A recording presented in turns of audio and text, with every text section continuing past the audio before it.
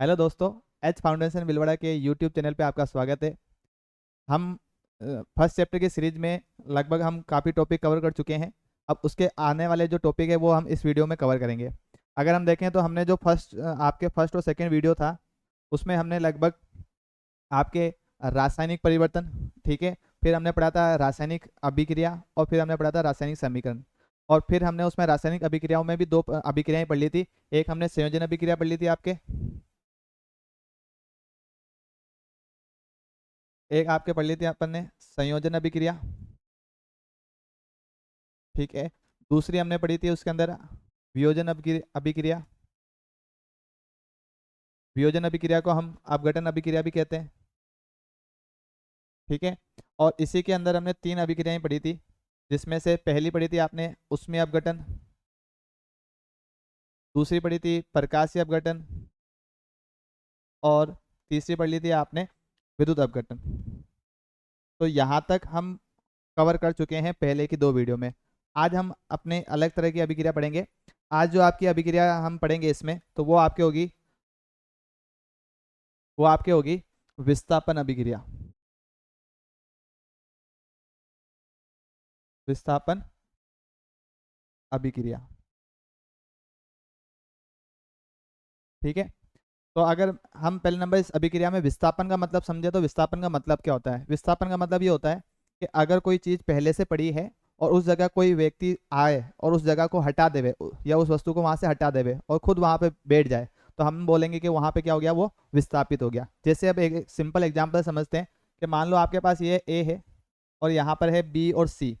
अगर ये ए क्या करे, यहाँ पर आए और बी को यहाँ से हटा देवे और नए तरह की चीज बन जाए जो आपके पास है एसी, और जो आपके पास बी है वो क्या हो जाए, अलग हो जाए।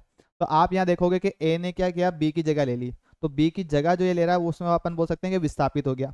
अब हम अभिक्रिया के अंदर अगर हम देखें कि विस्थापन अभिक्रिया का मतलब क्या होता है, ठीक है। दूसरा हम ये भी देख सकते हैं कि ए जो है वो बी को कब हटा सकता है। तो ए और जो है बी को ए की कंडीशन में हटा सकता है जब वो उससे ज़्यादा पावरफुल हो। पावरफुल का मतलब हम समझ सकते हैं कि अगर हम अभिक्रिया से समझ रहे हैं तो पावरफुल का मतलब क्या होगा, यहाँ पे ज़्यादा अभिक्रियाशील हो, ठीक है। तो अगर कोई भी पदार्थ, ठीक है, अधिक अभिक्रियाशील है किसी दूसरे तत्व से तो वो उसके समूह से उसको विस्थापित कर सकता है।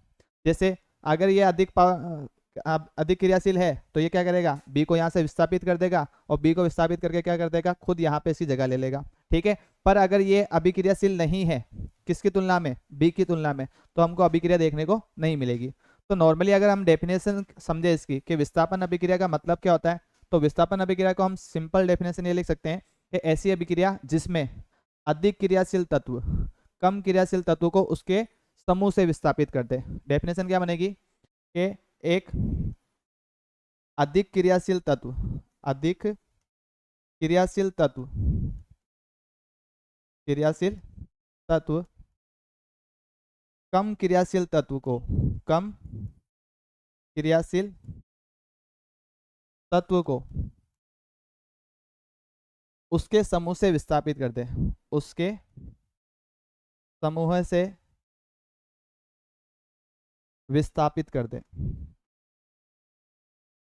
विस्थापित कर दे। एग्जाम्पल हम अगर हम समझें, जैसे आपके पास एक एग्जाम्पल ले लेते हैं हम।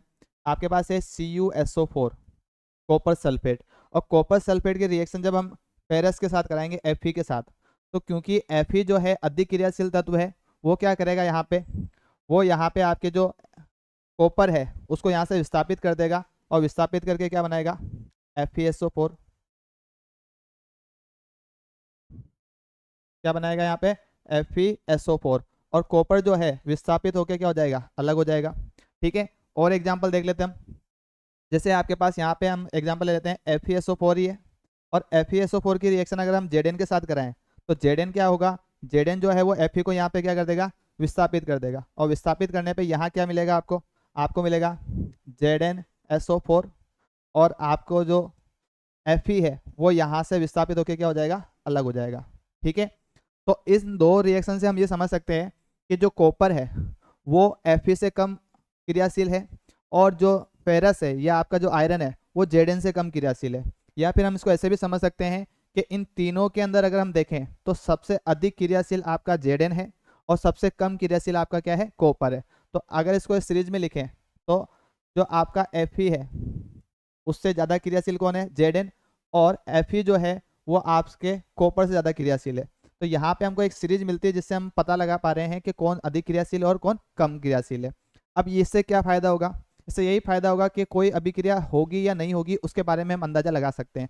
अगर कोई अधिक क्रियाशील तत्व है तब ही वो क्या करेगा, विस्थापन अभिक्रिया दिखाएगा, और वहां पे आप देखोगे कि वो कम क्रियाशील तत्व को उसके समूह से विस्थापित कर देगा। पर अगर मैं इस अभिक्रिया को उल्टा लिखूं, जैसे आप यहाँ ऐसे लिख दो Cu और यहाँ लिख दो FeSO4, और आपसे बोला जाए क्या ये अभिक्रिया संपन्न होगी, तो हमको ये पता है क्योंकि कॉपर जो है वो फेरस से अधिक क्रियाशील नहीं है। अब नहीं है तो क्या होगा, ये इसको विस्थापित नहीं कर पाएगा, और जब विस्थापित नहीं कर पाएगा तो यहाँ पे अभिक्रिया देखने को नहीं मिलेगी। ठीक है, जबकि इसका विपरीत अगर हम देख रहे हैं तो यहाँ पे अभिक्रिया संपन्न हो रही है और अभिक्रिया होगी। क्यों, क्योंकि अधिक क्रियाशील तत्व कम क्रियाशील तत्व को विस्थापित कर सकता है, पर कम क्रियाशील तत्व जो है वो अधिक क्रियाशील तत्व को उसके समूह से विस्थापित नहीं कर सकता। ठीक है, और एग्जाम्पल देख लेते हैं हम। जैसे ZnSO4 की रिएक्शन कराई थी हमने। अब ZnSO4 को अगर हम रिएक्शन कराते हैं किसके साथ, आपके कैल्शियम के साथ, तो आप देखेंगे कि जो कैल्शियम है वो Zn को यहाँ से क्या कर देगा, विस्थापित कर देगा। और विस्थापित करने के बाद क्या होगा, यहाँ पे रिएक्शन क्या होगी, तो आप बनाओगे देखो CaSO4, ठीक है, और यहाँ पे क्या मिलेगा आपको, Zn। ठीक है, अब कैल्शियम की भी बात करें, कैल्शियम को भी कोई विस्थापित कर सकता है क्या, तो आप देखोगे कि हाँ कैल्शियम को भी हम विस्थापित कर सकते हैं अगर इससे अधिक क्रियाशील तत्व हमारे पास आ जाए। तो कैल्शियम से भी अधिक जो क्रियाशील तत्व होता है वो आप ले लो सोडियम। क्या ले लिया आपने, सोडियम। तो सोडियम क्या करेगा, नॉर्मली यहाँ पे कैल्शियम को विस्थापित कर देगा, और विस्थापित करने के साथ यहाँ क्या बनाएगा, Na2SO4। ठीक है, और कैल्शियम यहाँ पे विस्थापित होकर क्या हो जाएगा, बाहर की तरफ हो जाएगा। ठीक है, अब यहाँ पे सबसे बड़ी दिक्कत ये आती है कि हमको कैसे पता लगेगा कि कौन अधिक क्रियाशील है कौन कम क्रियाशील है, या कैसे पता लगेगा कि ये अभिक्रिया संपन्न होगी या नहीं होगी।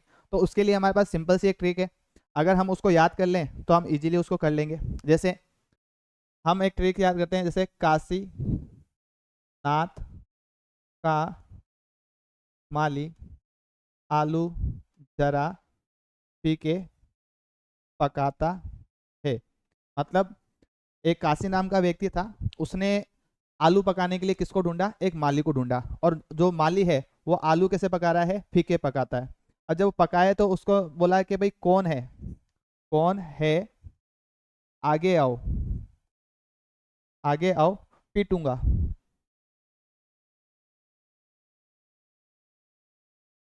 आगे आओ पीटूंगा, मतलब यहाँ पे आ गया आपके पीटी। ठीक है, अगर हम देखें तो इसमें जो सबसे ऊपर आपको जो दिख रहा है, सबसे ऊपर पोटेशियम, ये सबसे अधिक क्रियाशील है, तो हम बोलेंगे ये अत्यधिक क्रियाशील है। ठीक है, और इस टेबल के अंदर अगर हम देखें सीरीज के अंदर तो सबसे नीचे आपके कौन आ रहा है, प्लेटिनम, तो ये सबसे कम क्रियाशील है।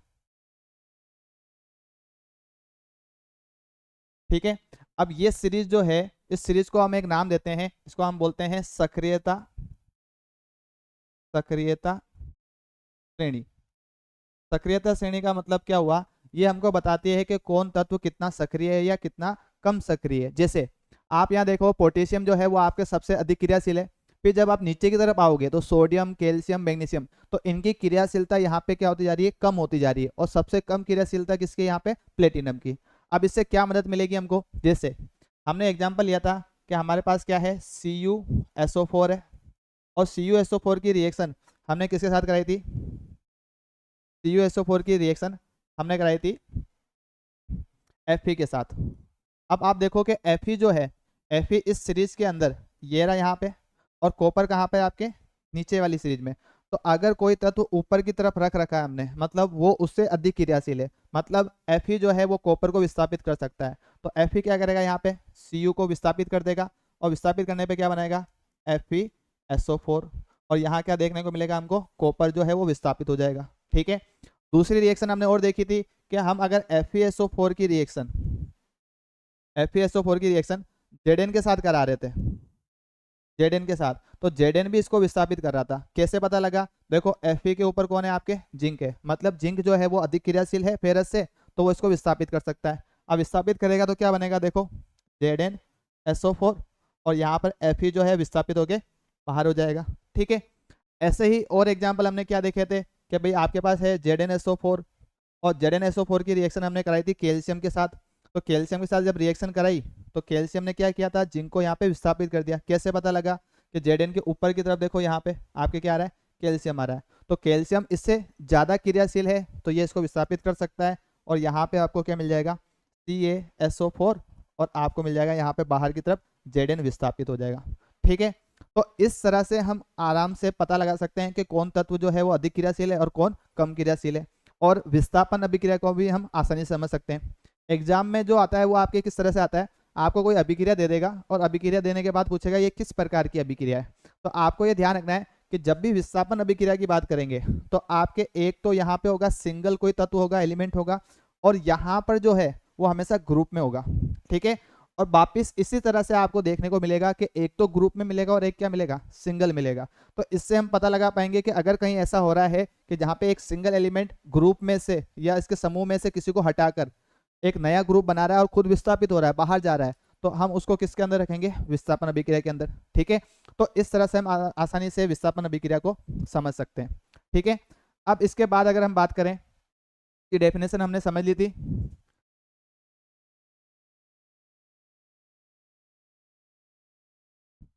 ठीक है, और यहाँ पे एक डेफिनेशन देख लो, वह अभिक्रिया जिसमें अधिक क्रियाशील तत्व द्वारा किसी धातु या लवण में उपस्थित, धातु या लवण का मतलब हमने देखा था FeSO4 जो है ये क्या हो जाएगा आपका? ये आपका हो जाएगा लवण। उसमें उपस्थित कम क्रियाशील, कम क्रियाशील कौन हो गया? मान लो ये Fe है, जब आप इसकी रिएक्शन किसके साथ करा रहे हो? Zn के साथ। कम क्रियाशील धातु को विस्थापित कर दिया जाए या हटा दिया जाए तो उस प्रकार की जो अभिक्रिया होगी, मतलब आपके पास जो अभिक्रिया होगी यहाँ पे क्या होगा? ZnSO4, और यहाँ क्या होगा आपके पास? Fe। तो ये जो अभिक्रिया है जिसमें जो लवण है या बोल सकते हो इसका समूह है, उस समूह में से कम क्रियाशील तत्व को अधिक क्रियाशील तत्व द्वारा विस्थापित कर दिया गया, तो इस तरह के जो अभिक्रिया होगी उसको हम किसकी कैटेगरी में रखेंगे? विस्थापन अभिक्रिया की कैटेगरी में रखेंगे। समझ में आया क्या यहाँ तक? ठीक है। अब हम आगे चलते हैं। आगे जो आपकी अभिक्रिया है उसमें क्या है आपके नाम? तो द्विविस्थापन अभिक्रिया। कौन सी अभिक्रिया है? द्विविस्थापन अभिक्रिया। ठीक है। अब द्विविस्थापन अभिक्रिया को अगर हम समझे कि द्विविस्थापन अभिक्रिया क्या होती है,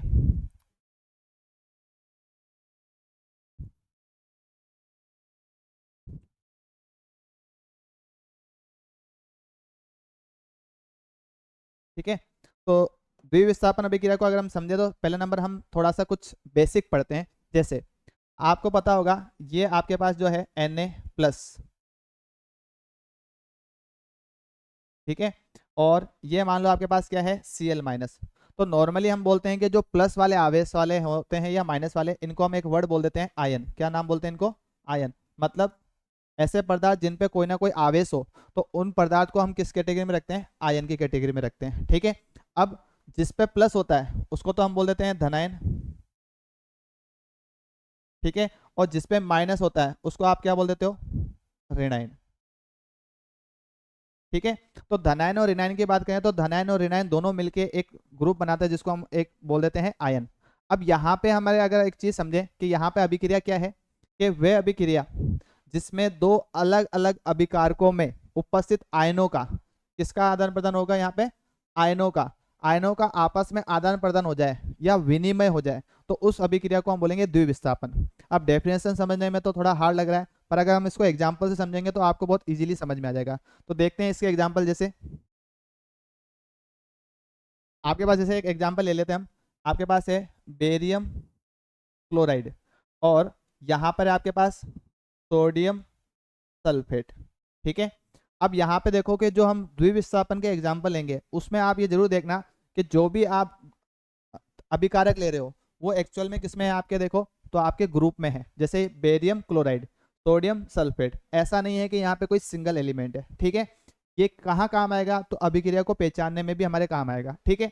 अब जब अभिक्रिया होगी तो आप देखो कि जो पहले वाला ये जो आपका बेरियम है इसको हम बोलते हैं कि ये एक्चुअल में कैसा होता है? धनावेशित होता है। और जो दूसरा वाला तत्व होगा वो कैसा होगा? ऋणावेशित। वैसे ही यहाँ पे जो है सोडियम है ये कैसा होगा, धनावेशित, और SO4 जो होगा वो कैसा होगा, ऋणावेशित। ठीक है, अब अभिक्रिया की बात करें, अभिक्रिया कब होती है, जब पुराने बंध टूटते हैं और नए बंध बनते हैं। तो नए बंध बनने के लिए आपको क्या करना पड़ेगा, पहले नंबर पुराने बंध तोड़ने पड़ेंगे। मतलब जो आपका बेरियम है, जो आपका ये यहाँ पे बेरियम है, वो बेरियम क्या होगा, यहाँ से क्लोरीन से बंध तोड़ लेगा और तोड़ने के बाद वो हो जाएगा अलग, ऐसे।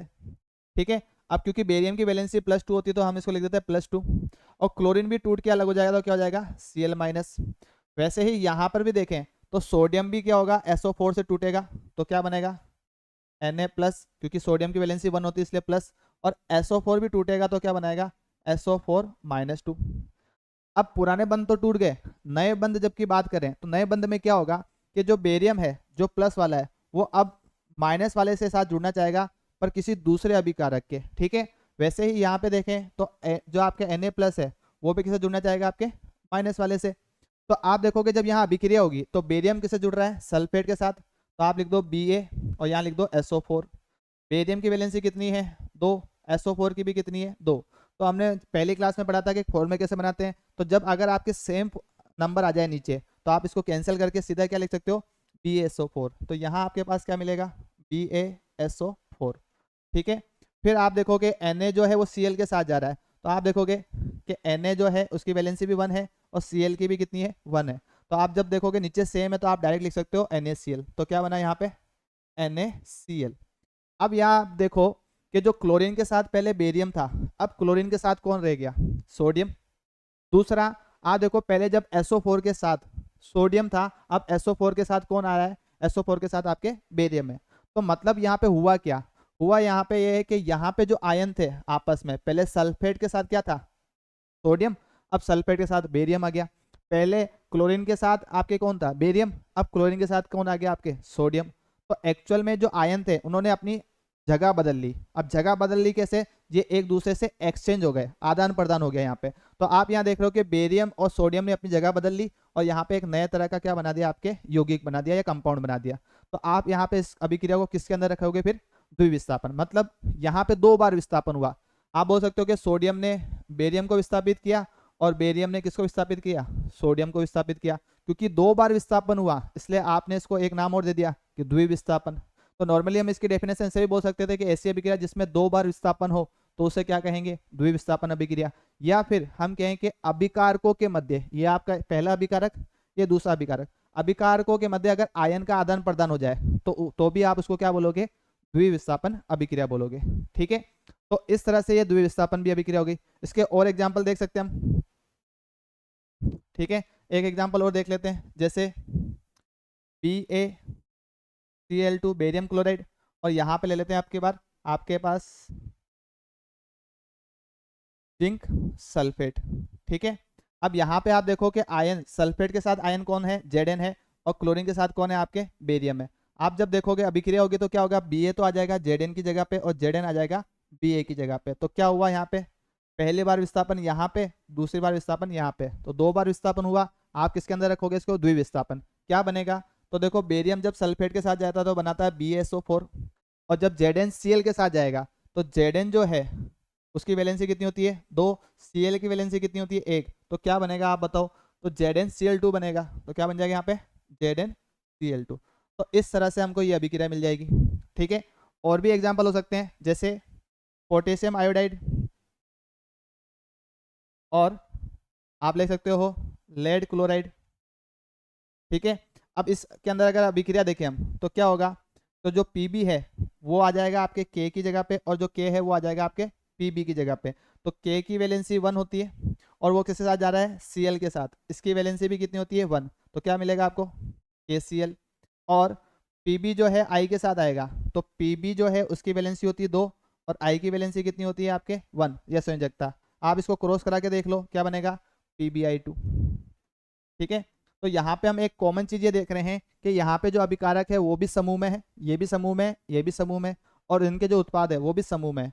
तो अगर दोनों समूह में है तो आप उसको रखोगे द्विविस्थापन में, पर कोई एक समूह में हो और एक सिंगल हो तो आप फिर उसे रखोगे विस्थापन अभिक्रिया में, जो हम इससे पहले पढ़ चुके हैं। ठीक है, तो इस तरह से ये उम्मीद है कि आपको ये अभिक्रिया भी समझ में आ गई होगी। अब इसके बाद अगर हम बात करें कि इसके आगे कौन सा आता है,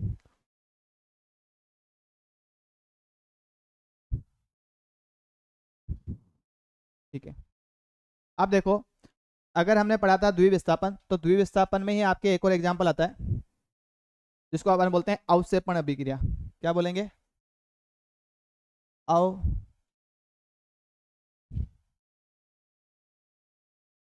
अवक्षेपण अभिक्रिया।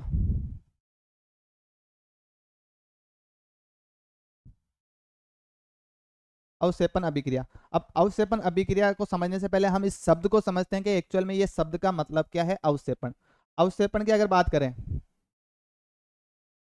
तो अवक्षेपण का जो मतलब होता है वो होता है अघुलनशील पदार्थ। क्या होगा? अघुलनशील पदार्थ। और अघुलनशील पदार्थ को हम एक छोटा सा वर्ड दे देते हैं अवक्षेप। क्या नाम दे देते हैं इसको? अवक्षेप। मतलब अवक्षेप का मतलब भी अघुलनशील पदार्थ है और अघुलनशील पदार्थ का मतलब भी अवक्षेप है। एक दूसरे के ये समानार्थक शब्द हैं, पर हमने इसको शॉर्ट में क्या नाम लिख रखा है? अवक्षेप। ठीक है। तो अगर कोई भी अभिक्रिया आपकी हो रही है और उसमें आपके पास अघुलनशील पदार्थ मिल जाए, ठीक है, आपने अभिकारकों को मिलाया और मिलाने के बाद आपने देखा कि एक अभिकारक जो है वो अघुलनशील था और नीचे जाके जम गया, या अभिक्रिया होने के बाद वो नीचे जाके जम गया, तो आपने बोला कि जो नीचे जाके जमा है इसका मतलब वो घुलनशील नहीं था, और घुलनशील नहीं था तो आपने बोला कि हमको इस अभिक्रिया में अवक्षेप प्राप्त हुआ। क्या प्राप्त हुआ? अवक्षेप। क्योंकि इसमें अवक्षेप प्राप्त हुआ तो इसको हमने एक नया नाम दे दिया जिसका नाम है आपके अवक्षेपण अभिक्रिया। तो अवक्षेपण अभिक्रिया सिंपल सी डेफिनेशन ये बन जाती है कि ऐसी अभिक्रिया जिसमें अवक्षेप या अघुलनशील पदार्थ प्राप्त होता है उस अभिक्रिया को हम क्या बोलेंगे? अवक्षेपण अभिक्रिया कहेंगे। क्या बोलेंगे? अवक्षेपण अभिक्रिया। ठीक है। अब देखो इसके एग्जाम्पल कौन से, तो अभी हमने जो पीछे एग्जाम्पल देखे थे सेम एग्जाम्पल वही है आपके पास, बेरियम क्लोराइड और आपके पास है यहाँ पे सोडियम सल्फेट। हमको पता था यहाँ पे सबसे पहले आपको क्या मिल रहा था? बेरियम सल्फेट मिल रहा था और एक मिल रहा था आपको NaCl। ठीक है। ये जो अभिक्रिया है वो हम कराते हैं जल के अंदर, तो हम यहाँ लिख देते हैं AQ। ये भी हम क्या लिख देंगे यहाँ पे? AQ। ठीक है। और इसको भी क्या लिख देंगे? AQ में। और ये भी किस में लिख देंगे हम? ठीक है। ये भी क्या लिख देंगे हम? AQ में। यहाँ पे जो ये आपके है इसका फॉर्म मैंने लिखा है S। S का मतलब हो गया सॉलिड या ठोस अवस्था में। तो जब ये अभिक्रिया होती है तो आपके पास जो बेरियम सल्फेट है वो पानी में या वाटर में इनसोल्यूबल होता है, अघुलनशील होता है। जब अघुलनशील होता है तो ये नीचे की ओर जम जाता है और जमने पर हम देखते हैं इसका रंग जो मिलता है वो हमको मिलता है श्वेत रंग, मतलब श्वेत कलर का मिलता है। तो हमने बोला कि हमको यहाँ पे जो श्वेत अघुलनशील पदार्थ मिला मतलब हमको मिला है श्वेत अवक्षेप, क्योंकि इस अभिक्रिया में आपको अवक्षेप मिल रहा है किसका? बेरियम सल्फेट का। तो आप इसको बोल रहे हो क्योंकि ये अभिक्रिया जो है वो आपकी किसके अंदर आएगी? अवक्षेपण अभिक्रिया के अंदर आएगी। क्यों? क्योंकि अवक्षेप प्राप्त हो रहा है। ठीक है। तो सिंपल सी डेफिनेशन है कि ऐसी अभिक्रिया जिसमें हमें अवक्षेप प्राप्त हो अवक्षेपण अभिक्रिया कहलाएगी। ठीक है। तो डेफिनेशन अगर यहाँ लिखना चाहें तो हम लिख देते हैं, ऐसी अभिक्रिया, ऐसी अभिक्रिया जिसमें जिसमें अवक्षेप प्राप्त हो, अवक्षेप प्राप्त हो, क्या कहलाएगी? अवक्षेपण अभिक्रिया कहलाएगी। अवक्षेपण अभिक्रिया कहलाती है। अवक्षेपण अभिक्रिया कहलाती है। ठीक है। तो सिंपल से ये डेफिनेशन है, इसको ज़्यादा उसमें अपन लोड नहीं लेंगे। सिंपल सा इस अभिक्रिया के जो नाम है उसी में इसकी डेफिनेशन छुपी हुई है कि अवक्षेप है, मतलब इसमें अवक्षेप मिलेगा आपको, तो उसी अभिक्रिया को आप क्या बोल सकते हो? अवक्षेपण अभिक्रिया कह सकते हो। ठीक है।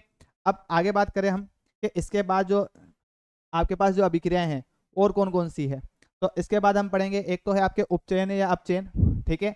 और इसी के बाद हम इसके साथ पढ़ेंगे इसकी रेडॉक्स अभिक्रिया।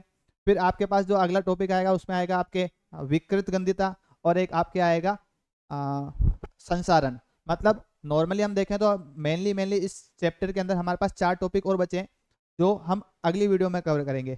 जब तक के लिए धन्यवाद। जय हिंद, जय भारत।